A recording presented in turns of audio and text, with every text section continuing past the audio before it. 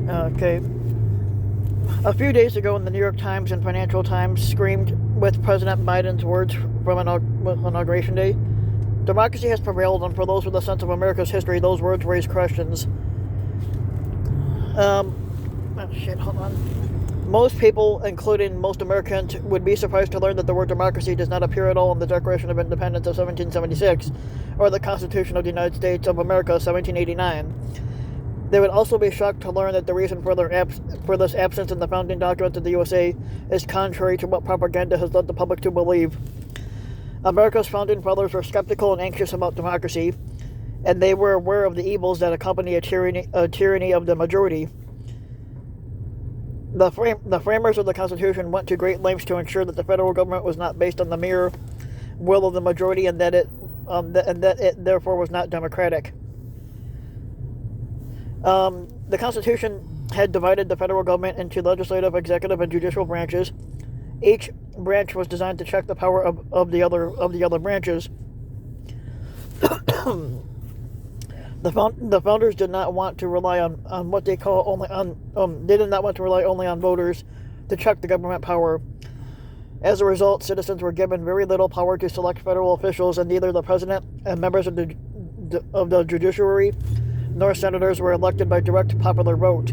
Only the members of the House of Representatives were directly elected by popular vote. If the framers of the Constitution did not embrace democracy, what did they adhere to? I think that's right. Adhere? Yep. And to a man, the framers agreed that the purpose of government was to secure citizens. In John Locke's trilogy of the rights to life, liberty, and property, the framers wrote extensively and eloquently on this. On property, for example, John Adams wrote that the moment the idea is admitted into society that property is not as sacred as the laws of God, which there fucking isn't one, and that there is not a force of law and public justice to protect it, anarchy and tyranny commence. The founders' actions often spoke even louder than their words. Alexander Hamilton, a distinguished lawyer, took on many famous cases out of principle. After the Revolutionary War began, the state of New York enacted harsh measures against loyalists and British subjects, and this included the Confiscation Act of 1779, the Citation Act of 1782, and the Trespassing Act of 1783. All involved the taking of property. In Hamilton's view, these acts illustrated the inherent difference between democracy and the law. Even though the acts were widely popular, they flouted fundamental principles of property law. Hamilton carried his views into action and successfully defended, in the face of enormous public hostility, those who had property taken under those New York state statutes. The Constitution was designed to further the cause of liberty and not of democracy, and to do this, the Constitution protected individuals' rights from the government as well as from their fellow citizens, and to that end the Constitution laid down clear, unequivocal, and enforceable rules to protect the individual's rights, which strictly limited government scope and scale, economic liberty, which is preconditioned for growth and prosperity and was enshrined in the Constitution.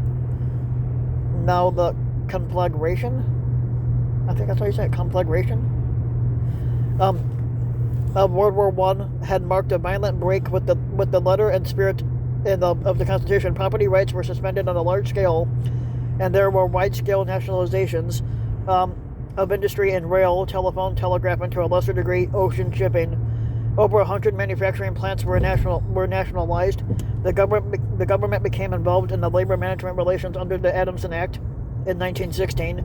Conscription was instituted, and the Espionage Act was passed in 1917. The Sedition Act of 1918 imposed penalties for anti-government expression, thereby subverting the Bill of Rights. The novelist Upton Sinclair was actually arrested for reading the Bill of Rights, and Roger Baldwin, one of the founders of the American Civil Liberties Union, was arrested for reading the Constitution. And all of this was accomplished under the emergency powers granted to President Woodrow Wilson by Congress in 1916. But much of this anti-constitutional apparatus was scrapped after World War I. However, residues remained and eventually resurfaced, and all it took were other national emergencies and the Great Depression, World War II, the Vietnam War, and the War on Terror, and most recently the COVID-19 pandemic. With each, laws were enacted, bureaus created, and budgets enlarged. In many cases, these changes turned out to be permanent, The result is that crises acted as a ratchet, shifting the trend line of government size and scope up to a higher level. It comes as no surprise that governments spend more money and regulate more actively during crises. Wars and economic bailouts are expensive and complicated, but a more active government also attracts opportunists who perceive that a national emergency can serve as a useful pretext for achieving their own objectives. But what lessons can we learn? First, democracy and liberty are not interchangeable words. Second, only the first century of the American experience represents one in which freedom and liberty was the standard. Invoking the word democracy requires great caution, and it can easily result in an elected tyranny. And liberty is what the founders were after, not democracy.